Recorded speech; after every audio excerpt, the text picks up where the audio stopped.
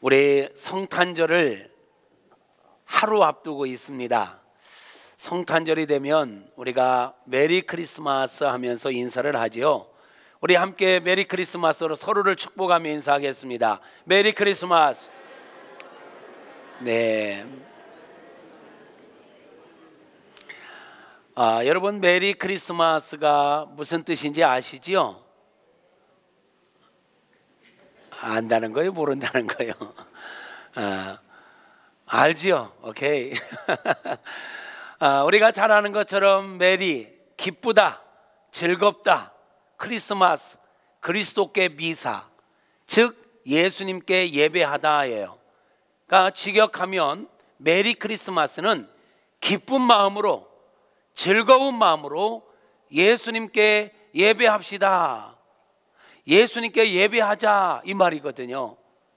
근데 많은 분들은 이 의미를 별로 생각하지 않고 메리 크리스마스 이러면 즐거운 성탄절 되세요, 즐거운 성탄절 되길 바랍니다, 이 정도의 의미를 가지고 그냥 메리 크리스마스예요.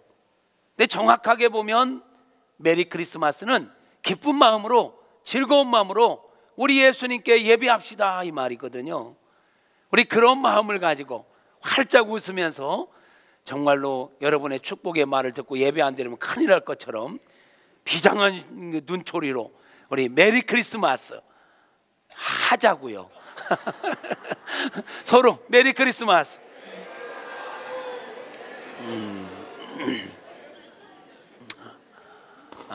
그래서 메리 크리스마스 합시다 라는 말을 이렇게 말해도 괜찮겠지요. 우리 즐겁게 우리 예수님께 예배합시다. 여러분, 오늘 또 즐거움으로 우리 예수님께 예배하고 내일 성탄절에도 즐거움으로, 기쁨으로 우리 예수님께 함께 모여서 예배합시다.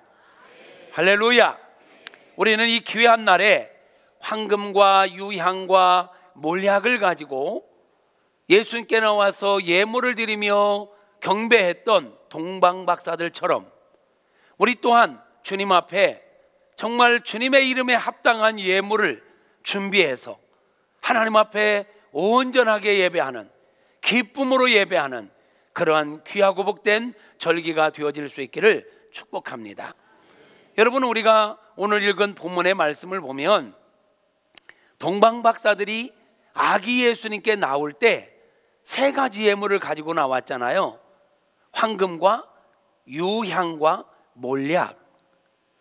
그런데 이 세 가지 예물에는 분명한 의미가 있습니다. 그냥 아무거나 갖고 나온 게 아니에요. 집에 안 쓰는 게 있어서 갖고 나온 게 아니에요. 분명한 의미를 담아서 예물을 드렸거든요. 황금은 무엇을 상징하느냐면 왕권을 상징합니다. 다시 말하면 아기 예수님께 황금을 예물로 드린 것은요, 이분이야말로 왕이십니다 라는 의미를 담아서 예물을 드린 거예요. 할렐루야. 성경에 보면 황금은 왕권, 왕에 대해서 또는 왕권에 대해서 상징적으로 표현되어 있는 예물이거든요. 그러니까 동방박사들이 아기 예수님께 나오는데 이 아기 예수님을 단순히 예쁜 아기가 아니라 이분이야말로 왕 중의 왕이다 라는 그런 고백으로 나왔다라는 말이죠. 성경은 예수님에 대해서 예수님은 만왕의 왕이시다, 영광의 왕이시다, 의의 왕이시다 라고 많은 곳에서 표현하고 있잖아요. 두 번째, 유향이에요. 유향. 아주 특별한 향이거든요.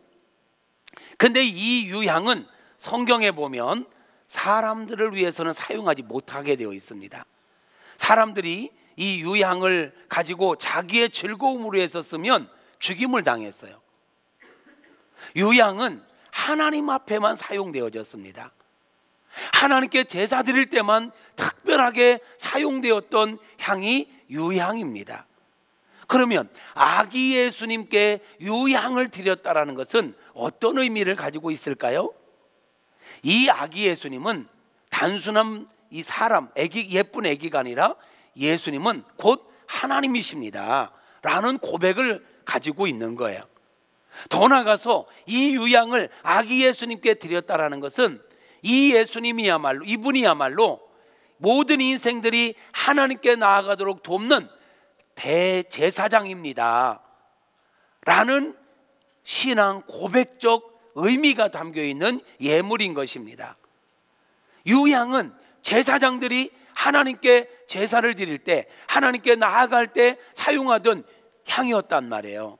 그러니까 예수님에게 유양을 드렸다는 건 예수님이야말로 참 하나님이시고 예수님이야말로 모든 인생을 하나님께로 인도하는 대제사장이 되신다라는 것을 의미하고 있는 거예요. 그럼 세 번째 몰약은 뭘까? 몰약은요, 보통 방부제로 많이 쓰이기도 하고요, 또는 진통제로 많이 쓰이기도 해요. 그래서 예수님께서 십자가에서 고통을 당하실 때 로마 병정들이 신포도주에 몰약을 타서, 그러니까 진통 효과가 있으니까요, 그것을 예수님께 드렸지요. 근데 예수님 그걸 거절하셨잖아요. 내가 모든 인생들의 죄의 짐을 담당하기 위해서 이 땅에 왔는데 내가 이런 진통제를 먹고 고통을 이기는 건 아니다. 그래서 그걸 거절하고 고스란히 모든 고통을 감수하시고 저와 여러분에게 참된 치유와 자유를 주신 것입니다. 그리고 예수님께서 운명하셨을 때 니고데모가 예수님께 찾아오는데, 예수님 이제 시신을 아리마다 사람 요셉이 이제 모시기 위해서 가져갔잖아요. 그때에 니고데모라는 사람이 뭘 했냐면 침향과 몰약을 가지고 예수님께 나왔어요. 그러니까 예수님의 시체를 방부 처리하려고 했던 거죠. 그러니까 이 몰약이 주는 의미는 뭐냐면, 예수님 이분은 이제 막 태어난 아기인데 말이에요, 이분은 고난과 죽음의 고통을 당할 뿐이라는 것을 의미하고 있는 거예요. 보세요, 동방 박사들은 별을 통해서 이 땅 가운데 어떤 역사가 일어날지를 연구하는 사람들이잖아요, 동방 박사들. 근데 그들이 연구하던 별을 보면서 연구하는데 어느 날 갑자기 심상치 않은 별이 나타나잖아요. 와, 이 별은 그냥 우연한 별이 아니다. 이것은 왕이 태어날 징조다. 와, 그렇다면 우리가 먼저 가서 그 왕에게 경배해야 되지 않겠는가 하면서 그 별의 인도를 따라서 가는데, 별이 머물러 있는 곳에 가보니까 아기 예수님이 말구 위에 태어나신 거잖아요. 그러니까 이들이 가지고 나온 보배 합을 열어서 이 세 가지 예물을 드렸다는 거죠. 이들이 이 선물을 준비할 때 말이에요, 자기들이 임의대로 준비한 것 같은데 알고 보니까 그 배후에서 하나님께서 그들이 선물을 선정할 때, 선택할 때 간섭하셨음을 느끼게 되는 거예요. 동방 박사들이 그냥 심상치 않은 아기가 태어난다, 이거는 왕이 태어날 징조다, 이 정도의 감을 가지고 예물을 준비했다면 황금 정도 준비하는 건 이해가 돼요. 그런데 거기에 유향을 준비했다, 거기에 죽음과 고난을 의미하는 몰약을 준비했다, 아기에게, 막 태어난 아기에게 그런 선물을 준비한다는 게 쉽지 않잖아요.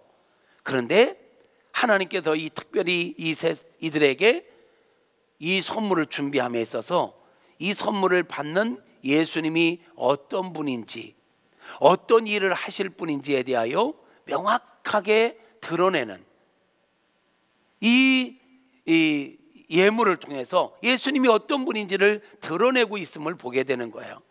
하나님은 사소한 가운데서도, 우리가 행하는 사소한 어떤 일들 가운데도 구체적으로 간섭하시고 역사하면서 하나님의 뜻을 이루어가고 계신 줄로 믿습니다.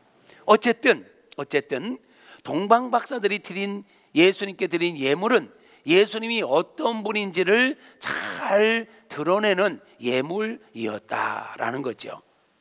그리고 보면 여러분, 우리가 누군가에게 선물을 할 때는 말이에요, 선물을 주는 내가 좋은 거, 내가 보기에 좋은 것을 주기보다는 이 선물을 받는 자에게 합당한 예물, 어울리는 선물, 예물을 준비하는 게 더 옳은 거지요. 우리가 누군가에게 선물을 줄 때 대상에 따라 선물의 내용이 달라질 수 있잖아요. 선물 받는 사람이 아이들이다, 그러면 아이들에게 맞는 선물을 준비하고요.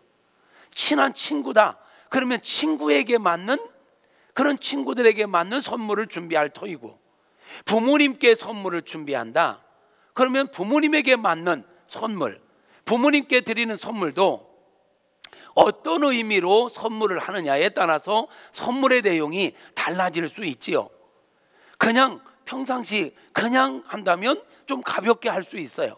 근데 특별한 날이고 특별한 의미를 담는다면 그 의미에 맞는 선물의 내용이 담겨야 되는 것입니다. 그러니까 선물이란 받는 자가 누구냐, 어떤 의미를 갖고 있느냐에 따라서 내용이 달라진다는 거죠.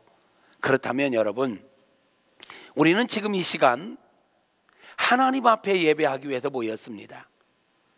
우리의 구원자 되신 예수님께 예배하기 위해서 모였습니다. 우리가 예배하는 하나님은 어떤 분이십니까?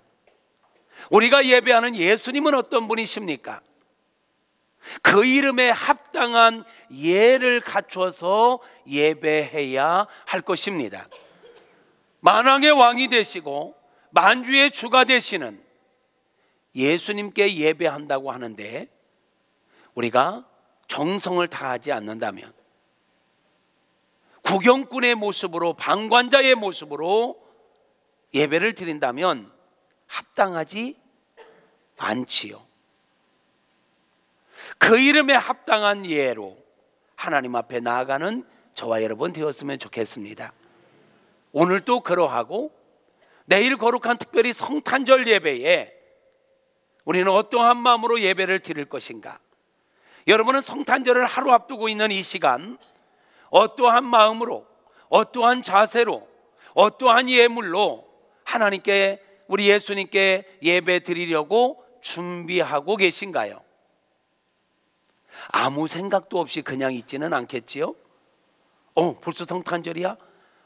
다 참 이렇게 성탄절을 맞이하기에는 이거는 아니잖아요. 최고의 예배를 드리는, 아니 우리 주님은 저와 여러분을 통하여 최고의 찬양을 받고 최고의 예배를 받기에 합당하신 분이십니다. 동의하시면 크게 아멘. 할렐루야.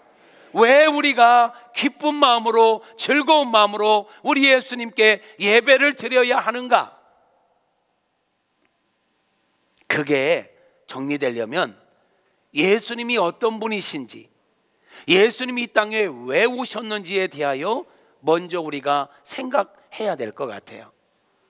예수님이 어떤 분인지도 모르고 예수님이 왜 오셨는지도 모르면 우리가 예수님 앞에 기쁜 마음으로, 즐거운 마음으로 예배한다는 거, 메리 크리스마스 한다는 거 불가능합니다. 내가 예배하는 자가 어떤 분인지, 그분이 왜 이 땅에 오셨는지, 성탄이 우리에게 주는 의미가 무엇인지를 모른다면 어떻게 메리 크리스마스 할 수 있어요? 먼저는 예수님이 나에게서 어떤 분인지, 예수님은 어떤 분인지, 도대체 예수님이 도대체 왜 오셨는지, 이거에 대해서 먼저 분명히 알 수 있기를 축복합니다. 그 부분을 이야기하기 전에 여러분, 이것부터 짚고 넘어갑시다. 성탄절의 주인공은 누굽니까? 자신 없어요? 성탄절의 주인공은 누구십니까? 졸린 분들만 대답하십니다. 성탄절의 주인공은 누구십니까? 이렇게 많이 졸렸어요?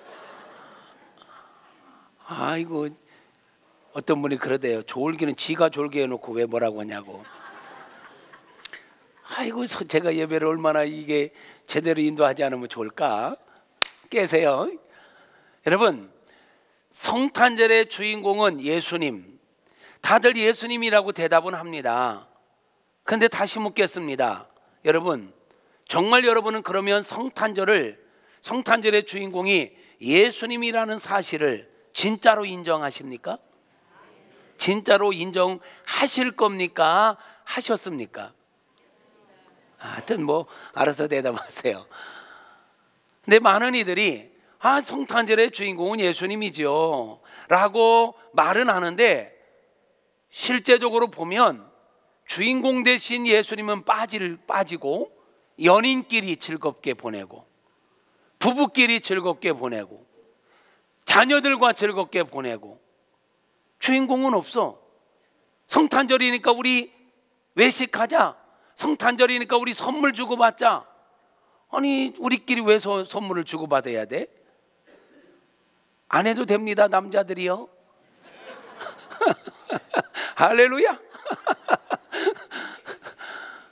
아니, 성탄절에 왜 내가 선물 받고 왜 우리가 선물 받아야 됩니까? 성탄절은 오직 주님께. 이 대답이 왜 이렇습니까? 여러분, 성탄절의 주인공은 우리 예수님이십니다. 그러면 예수님께 초점을 맞춰야지요. 어제 저녁에 여러 교회들의 이 성탄절 칸타타 한 거를 이렇게 쭉 봤네요. 그랬더니 어느 대형 교회는 한 몇만 명 모이는 교회인데, 몇만 명이요 칸타타를, 이게 성가대원들만 준비한 게 아니야, 몇만 명이 함께 준비를 했어.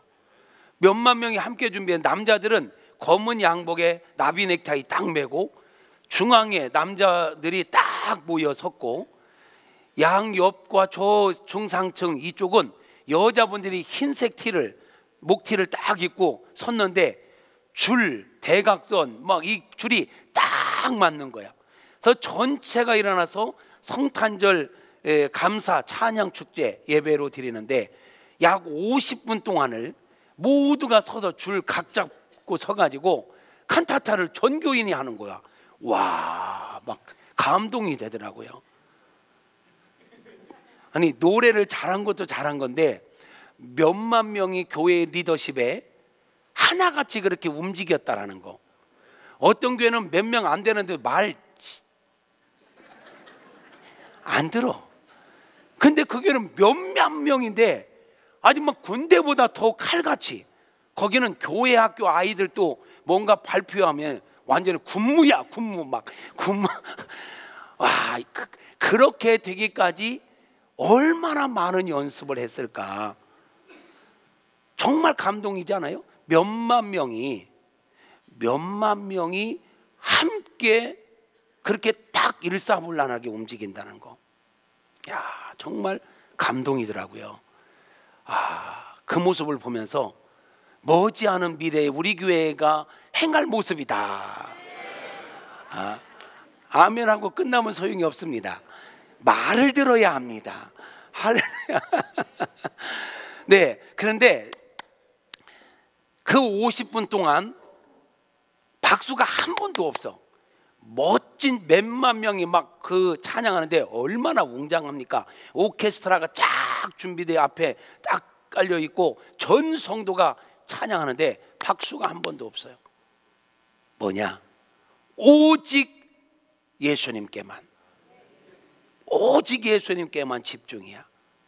말씀 한 절 읽고 거기에 맞는 찬양, 모두가 딱 지휘자 한 명이 나와서 지휘하면서 전체가 막 찬양하는데 오직 예수님께만 집중하여 모든 찬양을 드리는 거예요.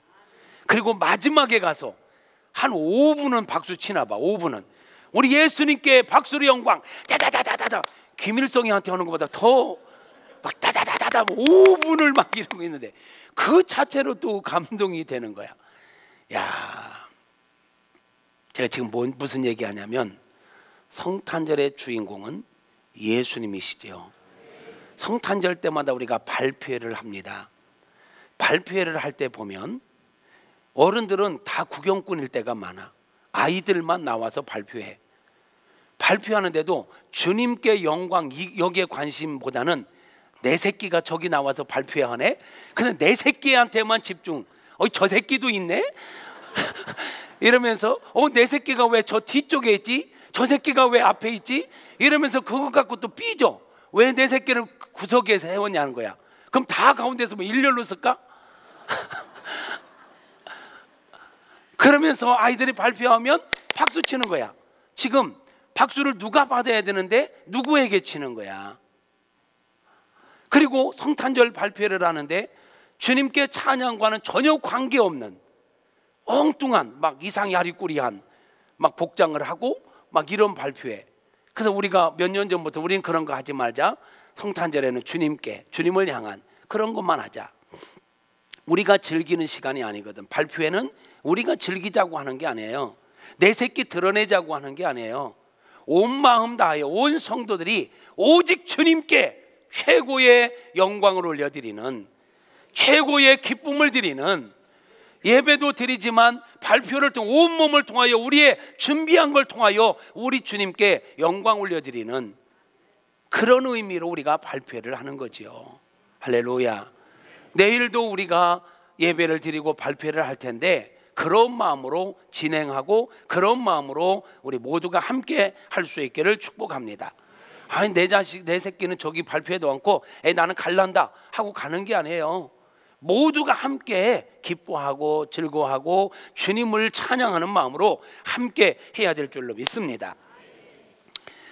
자, 그러면 우리가 최고의 예배자가 되려면, 진짜 메리 크리스마스 하려면 나의 예수님이 어떤 분이시고 왜 이 땅에 오셨는지를 알아야 된다 했지요. 여기에 초점을 맞춰서 함께 은혜를 나누려고 합니다. 여러분, 저와 여러분이 믿는 예수님은 원래 누구십니까?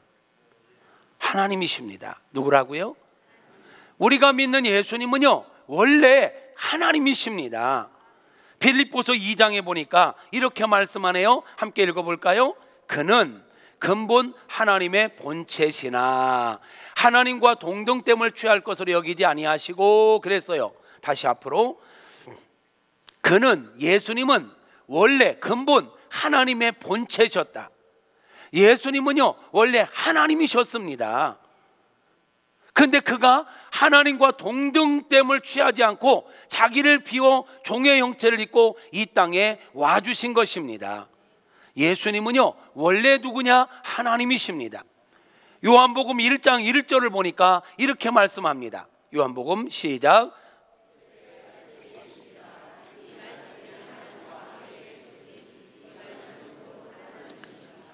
이 천지가 있기 전 태초에, 영원전 태초, 창세기 1장 1절 태초보다 빠른 태초입니다. 이 태초는, 창세기 1장 1절은 이 우주 만물이 시작되는 시작점이에요. 근데 요한복음 1장 1절은 영원천, 하나님의 시간표를 말하는 거예요. 영원전부터 말씀이 계셨대요. 로고스, 말씀이 계셨대요. 이 말씀이 하나님과 함께 계셨대요. 근데 이 말씀은 곧 하나님이래요.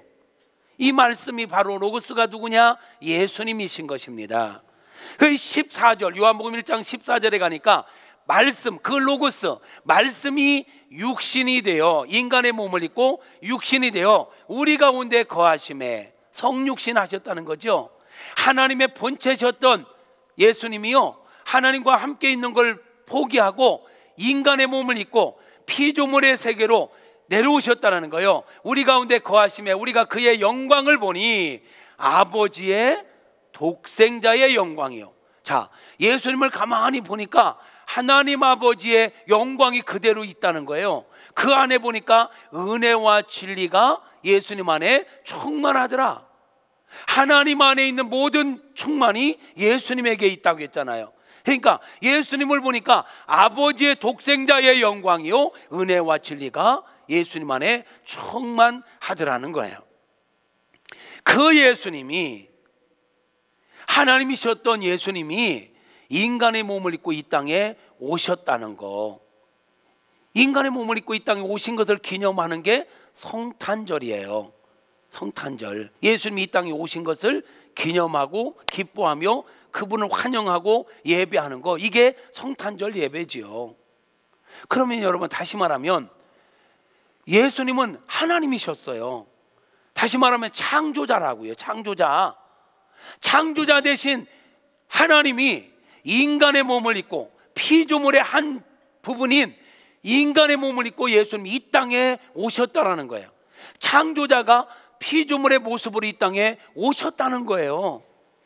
중요한 건 왜 오셨냐는 거죠.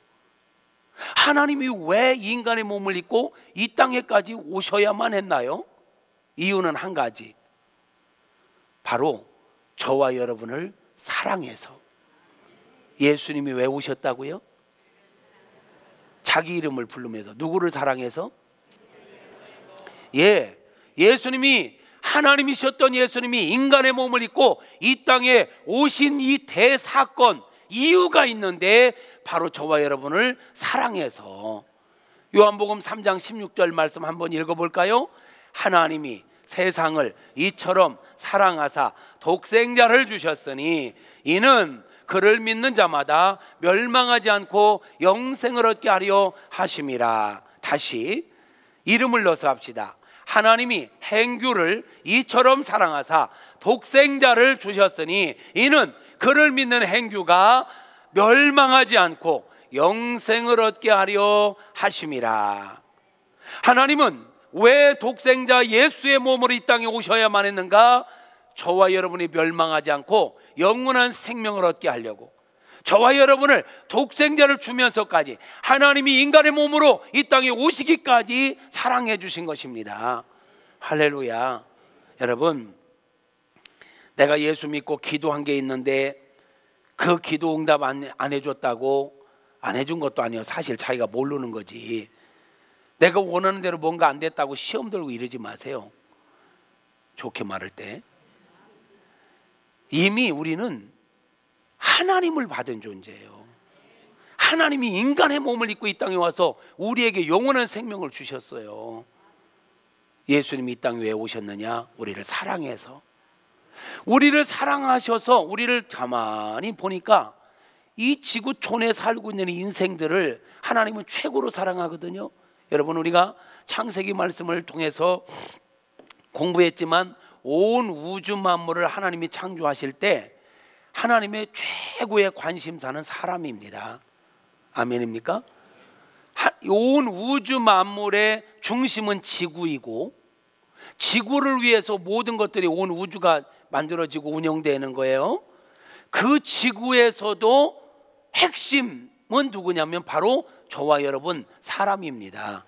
다시 말하면 온 우주 만물은 바로 저와 여러분을 위해서 창조되어지고 운영되어지고 있는 것입니다. 그러니까 하나님께서 우리를 그렇게 사랑하시는 거예요. 그 하나님께서 그렇게 사랑하는 인생들을 보니까 너무 많은 문제들을 가지고 있어.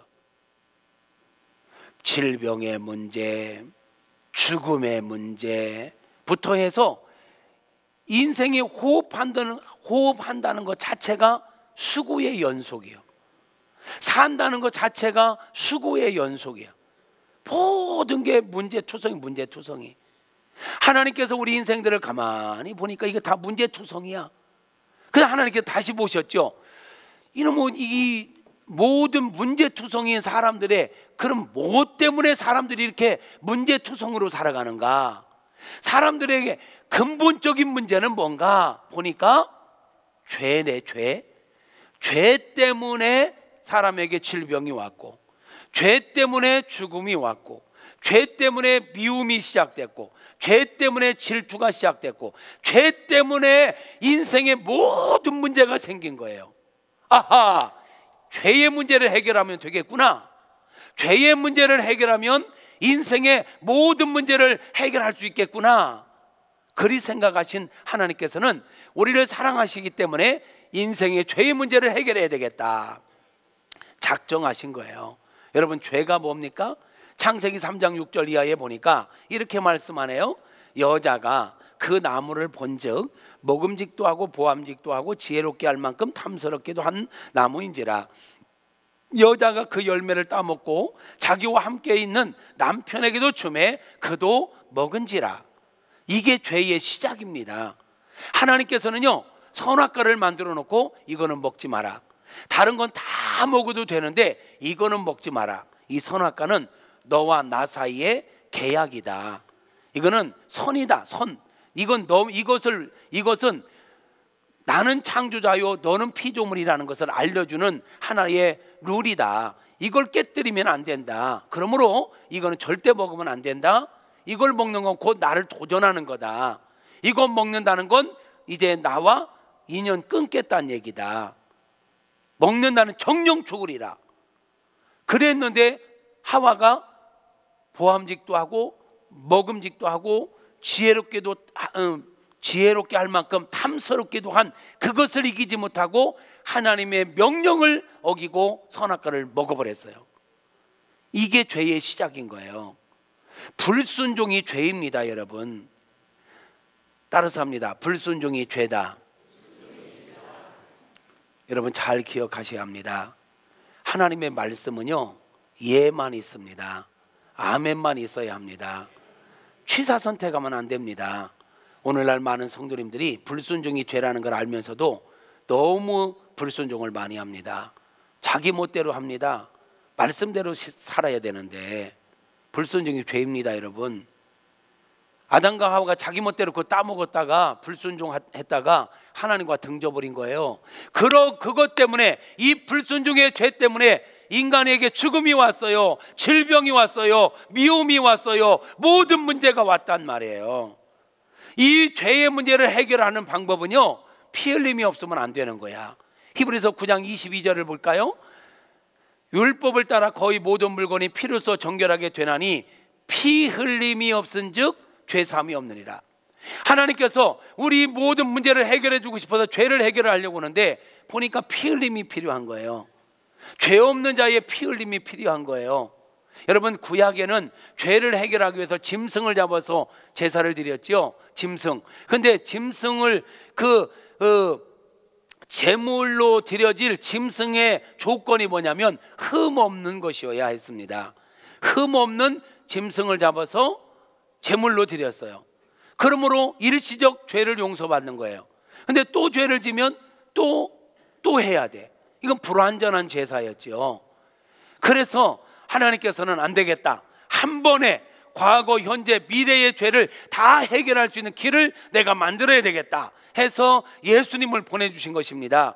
그래서 이 히브리서 10장 10절부터 오늘 말씀을 좀 많이 읽을게요. 왜? 성경 중심으로 이 복음을 정확히 정리할 필요가 있기 때문에 그래요.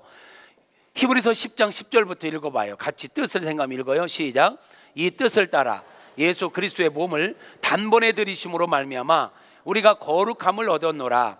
제사장마다 매일 서서 섬기며 자주 같은 제사를 드리되 이 제사는 언제나 죄를 없게 하지 못하거니와 오직 그리스도는 죄를 위하여 한 영원한 제사를 드리시고 하나님 우편에 앉으사 그 위에 자기 원수들을 자기 발등상이 되게 하실 때까지 기다리시나니 그가 거룩하게 된 자들을 한 번의 제사로 영원히 온전하게 하셨느니라. 또한 성령이 우리에게 증언하시되 주께서 이르시되 그날 후로는 그들과 맺은 언약이 이것이라 하시고 내 법을 그들의 마음에 두고 그들의 생각에 기록하리라 하신 후에 또 그들의 죄와 그들의 불법을 내가 다시 기억하지 아니하리라 하셨으니 이것들을 사하셨은즉 다시 죄를 위하여 제사 드릴 것이 없느니라. 무슨 말씀이냐면 우리 인생의 모든 문제의 근원은 죄라고 했잖아요. 이 죄의 문제를 해결하려면 피 흘림이 있어야 된다고 했잖아요. 이 피 흘림은 아무나 그런 피 흘린다고 내가 짝짓고 내 죄 사해 주세요, 안 돼요. 흠 없는 제물이어야 된다고 했잖아요. 근데 이 땅에 있는 사람들을 보니까 누군가를 대신해서 죽어줄 만한 그런 의인이 없어요. 로마서 3장 23절에 보니까 모든 사람이 죄를 범하였으면 하나님의 영광이 이르지 못한다 했고 로마서 4장에 보니까 의인은 없나니 하나도 없다 했네요. 그러니까 사람들 가운데서는 누군가의 죄 문제 해결하기 위해서 대신 죽어줄 자가 없는 거예요. 그렇다고 해서 손 놓고 있을 수는 없잖아요. 하나님께서 그래서 당신이 직접 죄 없으신 하나님이 인간의 몸을 입고 이 땅으로 내려오신 거예요. 왜? 우리를 위해서 죽어주려고, 우리를 위해서 피 흘려주시려고. 왜? 우리의 죄의 문제를 해결하시려고. 그래서 와서 지금까지 짐승 가지고 했는데 이건 불완전해. 예수님께서 단번에 죽으심으로, 한 번의 죽음으로 인생의 모든 인생의 과거, 현재, 미래의 모든 죄를 다 해결해 버리셨다. 이제 누구든지 그 예수를 믿는 자는 그의 죄와 그의 불법을 다시는 기억하지 않겠다. 성령께서 증언하셨고 이제는 더 이상 제사할 필요가 없다. 예수께서 다 구원을 이루셨다는 거예요. 그래서 예수님께서 십자가에 못 박혀 죽으시면서 마지막 외침이 뭡니까? 요한복음 19장 19절인가요? 29절인가요? 거기 보면 내가 다 이루었다. 무엇을? 저와 여러분의 죄의 문제를 다 해결했다라는 거예요. 저와 여러분의 모든 문제를 해결할 수 있는 근본적인 모든 길을 열어놨다라는 거예요. 할렐루야. 예수님이 이 땅에 왜 오셨냐고요? 하나님이신 예수님이 이 땅에 왜 오셨냐고요? 저와 여러분의 모든 문제를 청산하고 자유함을 주시려고. 아멘 하시옵소서. 예수님이 왜 오셨는가? 우리의 모든 문제를 해결해 주시려고, 우리에게 자유를 주시려고. 할렐루야. 믿어지면 아멘. 믿어지면 아멘. 그래서 예수님이 태어나시기 전에 천사들이 사람들에게 공지하는데 예수님에 대해서 마태복음 1장 21절에 보니까 이렇게 말씀하네요. 아들을 낳으리니 이름을 예수라 하라. 이는, 그 이름의 뜻이 뭐냐? 이는 그가 자기 백성을 그들의 죄에서 구원할 자이심이라. 예수님이 태어나기도 전에 천사들이 이름을 지어주었어요. 천사들이 알려주기를 아들을 낳을 건데 이름을 예수라 해라. 이는 그가 자기 백성들의 죄에서 그들을 구원할 자임이라. 이런 의미를 갖고 있다는 거예요. 예수라는 말은 구원자라는 말이에요. 백성의 죄에서 구원할 자, 그게 바로 예수님이신 것입니다. 예수님이 이 땅에 왜 오셨다고요? 우리들을 죄에서 구원해 주시려고. 할렐루야. 마태복음 9장 11절 13절에 보니까 이런 말씀이 있어요. 바리새인들이 보고 그의 제자들에게 이르되 어찌하여 너희 선생은 세리와 죄인들과만 함께 그렇게 음식을 먹냐? 그러니까 예수께서 들으시고 이르시기를, 야, 건강한 사람에게는 의사가 필요 없잖아? 병든 자에게 의사가 필요한 것처럼 나는 말이야, 넘겨주세요. 너희는 가서 내가 긍휼을 원하고 제사를 원치 아니하노라 하신 뜻이 무엇인지 배워라. 나는 의인을 부르러 온 게 아니라 죄인을 부르러 왔노라. 예수님이 이 땅에 오신 목적은 죄인을 부르러 왔대요. 그런데 분명한 건 이 땅에 있는 모든 인생이 죄인입니다. 모두를 부르러 오신 거예요. 근데 누가 예수님의 은혜를 은혜로 받아들이느냐? 내가 죄인인 것을, 내 모든 문제의 원인이 죄 때문인 것을, 그래서 나는 이 죄 문제를 해결해야 되는 그런 연약한 존재인 것을 인정하는 자만이 예수님을 믿게 되어 있습니다. 여러분, 정리해 볼까요? 하나님이셨던 예수님이 인간의 몸을 입고 이 땅에 오신 것 자체는 우리 인생의 편에서 볼 때 은혜입니까? 은혜입니까? 엄청난 은혜입니까? 엄청난 은혜입니까? 그럼 영원히 저주 가운데 살 수밖에 없던 인생들, 영원히 고통 가운데 살 수밖에 없던 인생들에게 자유를 주고 생명을 주려고 예수님이 이 땅에 하늘 보좌를 버리고 인간의 몸으로 이 땅에 오셨다는 건 은혜 중에 은혜지요. 근데 중요한 건 그 은혜가 내게도 은혜가 돼야 돼요. 은혜가 은혜되는 역사가 있기를 바랍니다. 예수님이 이 땅에 오신 건 은혜입니다. 그런데요, 저와 여러분이 그 예수님을 믿지 않으면 나하고는 관계없는 은혜예요. 예수님 믿는 사람에게는 예수님이 이 땅에 오신 게 은혜인데, 내가 예수님 믿지 않으면 예수님이 이 땅에 오신 건 모든 인생들에게 은혜인데 나에게는 은혜가 안 돼요. 왜? 내가 예수님 안 믿으면 나하고 예수님과는 관계가 없는 거예요.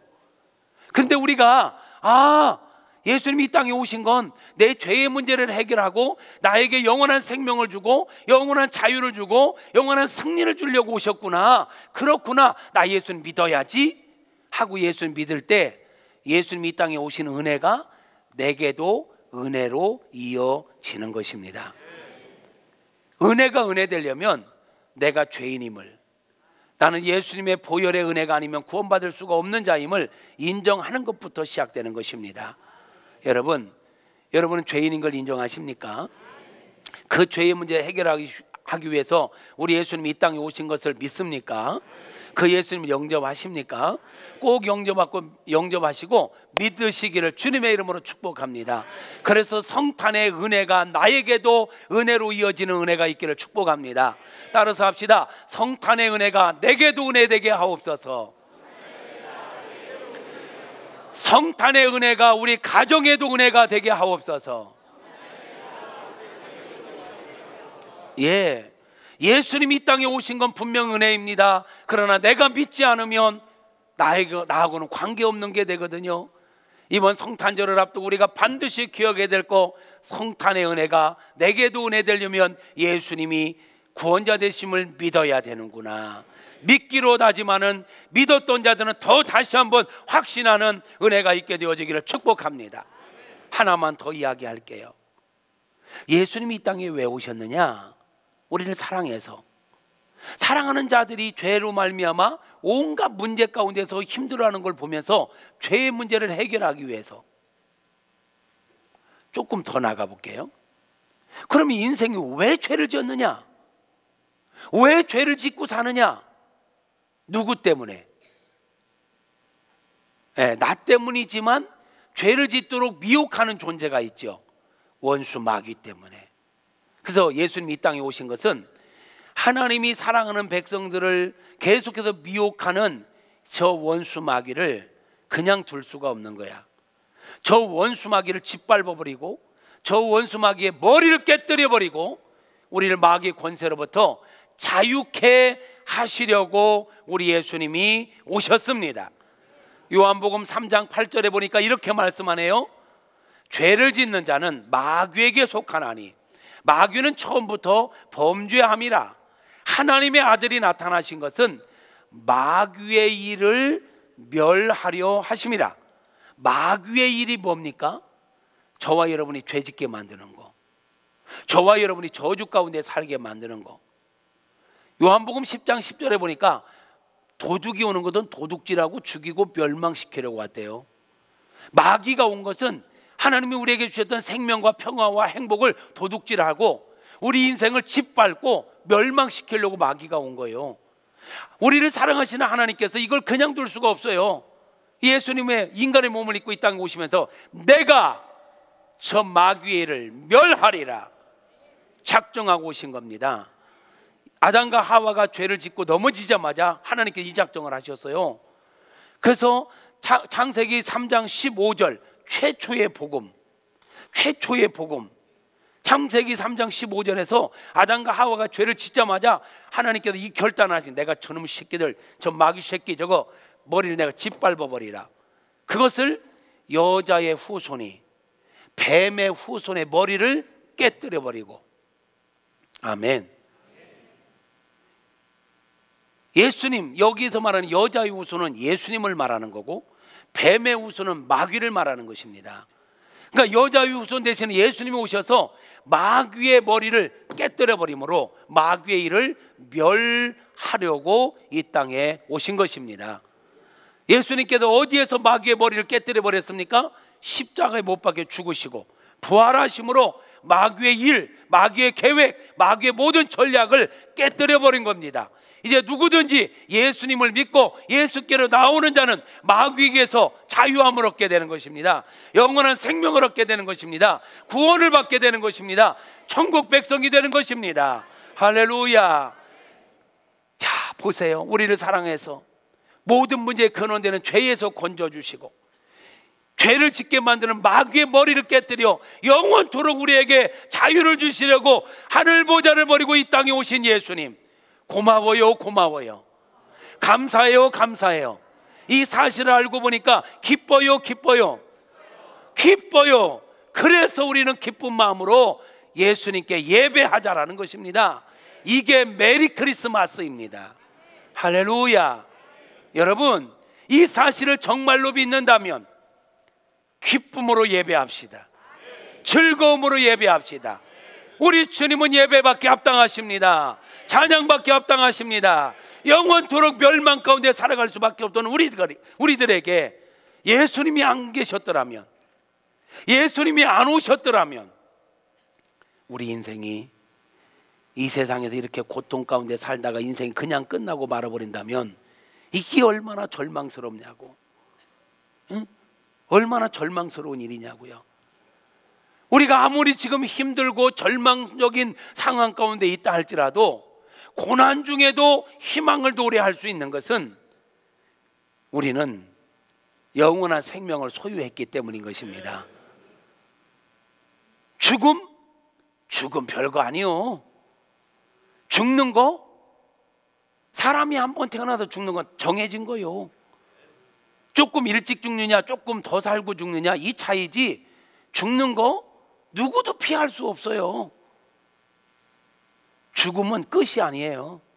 또 다른 시작이에요. 예수님을 믿는 자들은 이미 영원한 생명을 소유한 자들이에요. 믿으시면 아멘.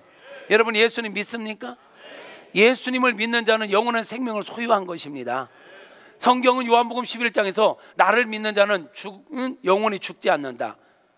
무릇 살아서 믿는 자는 영원히 죽지 않고 죽는다 할지라도 다시 살아난다. 할렐루야. 그러므로 여러분 이미 우리는 영원한 생명을 가진 자이므로 죽음이라는 것은요 끝이 아니라 장소가 이동됐을 뿐이에요. 육신의 몸을 입고 이 땅에 살다가 죽음은 뭡니까? 이제 육신의 껍데기는 벗어버리고 천국에 가서 손으로 짓지 않은 하나님이 직접 만드신 영체로 영원히 살게 되는 것입니다. 죽음이 끝이 아니에요. 이 땅에서 죽음이 끝이라면 억울하죠. 이렇게 살다가 인생이 끝난다면 얼마나 억울해. 얼마나 억울해. 봐요, 우리 어르신들이요 그 어려운 시대를 아등바등하면서 벌어서 그냥 애들 키우고 먹고 살만 하니까 이제 죽을 때 돼버려서 이게 얼마나 억울해. 예수님이 이 땅에 안 오셨더라면 이대로 끝나는 거예요. 아니 죽어서 더욱 고통스러운 지옥에 가는 거예요. 근데 예수님 오셔서 끝이 아니라는 거예요. 심은대로 거두게 하신다는 거예요. 그리고 영원한 천국에 가게 하신다는 거예요. 그러니 우리의 수고는 헛되지 않단 말이에요. 그러고 보면 이 성탄절이 없었더라면, 예수님이 이 땅에 안 오셨더라면 생각만 해도 아찔하지 않아요? 예수님이 이 땅에 안 오셨더라면 우리가 죄의 문제 해결 못해요. 구원받을 수가 없어요. 이 땅에서 마귀에게 짓밟히다가 죽어서 마귀를 위해 예배된 지옥 가도 영원히 살 수밖에 없는 게 인간의 팔자예요. 그 모든 것에 우리를 건져주려고 우리 예수님 오셨으니, 예수님 오신 거야말로 복음, 복된 소식이란 말이에요. 굿뉴스. 할렐루야. 예수님이 오심은 우리에게 최고의 소식인 것입니다. 예수님 오심을 기뻐합시다. 예수님의 오심을 기뻐합시다. 그리고 예수님의 오신 소식을 만방에 외칩시다. 우리 기쁘다고 오셨네. 찬양하겠습니다.